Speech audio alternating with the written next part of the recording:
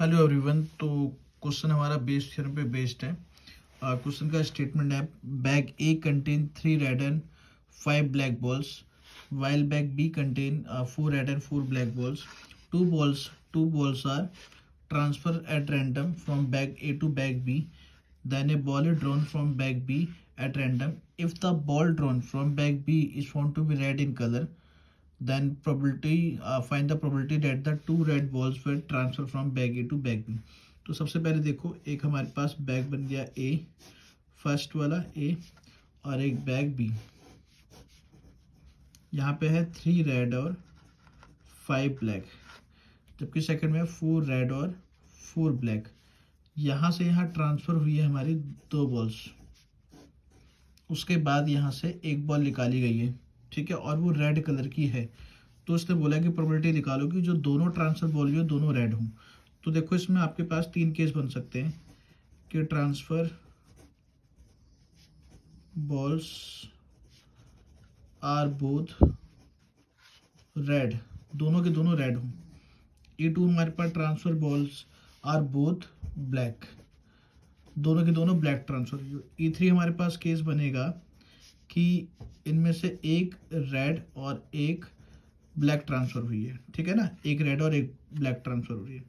तो प्रोबेबिलिटी निकालते हैं, प्रोबेबिलिटी E1, बैक फर्स्ट में से 2 रेड बॉल ट्रांसफर मतलब निकालने की प्रोबेबिलिटी क्या होगी। देखो, पहले के लिए आपके पास हो जाएगा 3/8 एंड सेकेंड रेड बॉल के लिए हो जाएगा, एक रेड बॉल निकल चुकी है और टोटल में भी एक कम हो चुका है, तो आ जाएगा आपके पास 2/7।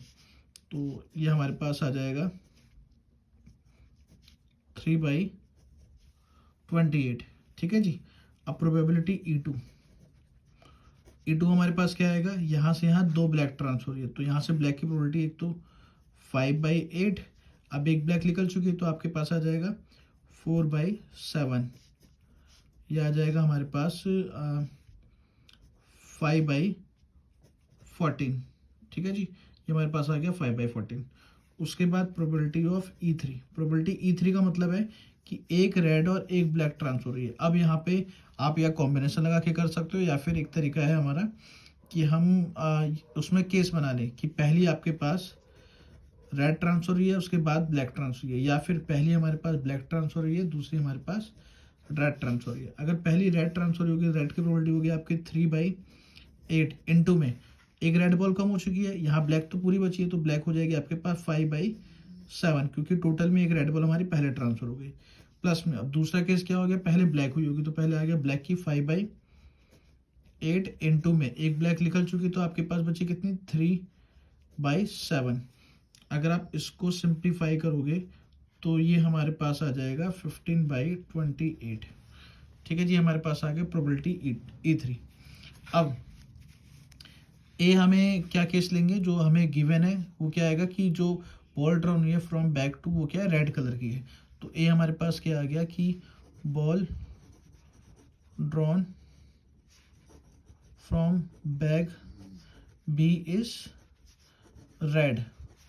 तो प्रोबेबिलिटी ऑफ A/E1 का मतलब क्या होगा, A/E1 का मतलब होगा कि यहाँ से यहाँ दोनों बॉल हमारी रेड ट्रांसफर हुई है। अगर रेड ट्रांसफर हुई होगी तो बैग बी में कितनी बॉल हो गई होंगी आपकी, 4 प्लस का 2 रेड हो गई होंगी और 4 ब्लैक हैं। तो यहाँ पे रेड की प्रोबेबिलिटी कितनी हो गई, क्योंकि यहाँ से यहाँ रेड बॉल निकल रही है ना, आप रेड की प्रोबेबिलिटी निकालोगे तो आपके पास हो गया 6/10।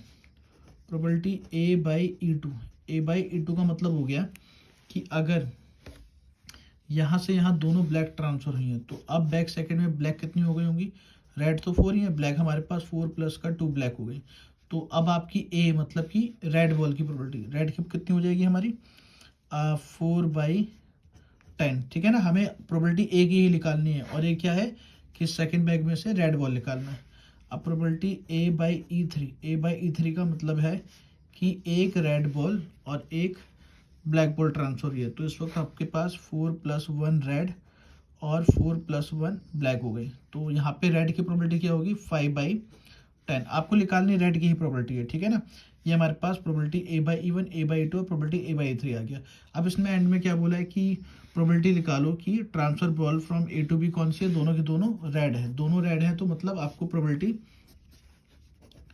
E1 बाई ए फाइंड करना है, ठीक है, जिसका फॉर्मूला होगा प्रोबेबिलिटी E1 इनटू में probability of a by E1 upon में probability E1 probability a by E1 plus का probability E2 probability a by E2 plus का probability E3 probability a by E3। यहाँ पे हम लोग वैल्यू पुट करेंगे तो प्रोबेबिलिटी E1 की वैल्यू हो गई 3/28 और ए बाई E1 हो गया 6/10 अपॉन में प्रोबेबिलिटी सेम मतलब 3/28 into 6/10 probability E2 is 5/14 into में 4/10 प्लस का प्रोबेबिलिटी E3 इज 15/28 इंटू में ए बाई 3 इज 5/10। इसको आप सिंप्लीफाई करेंगे तो आपका आंसर आएगा 18 अपॉन में 133। ठीक है जी।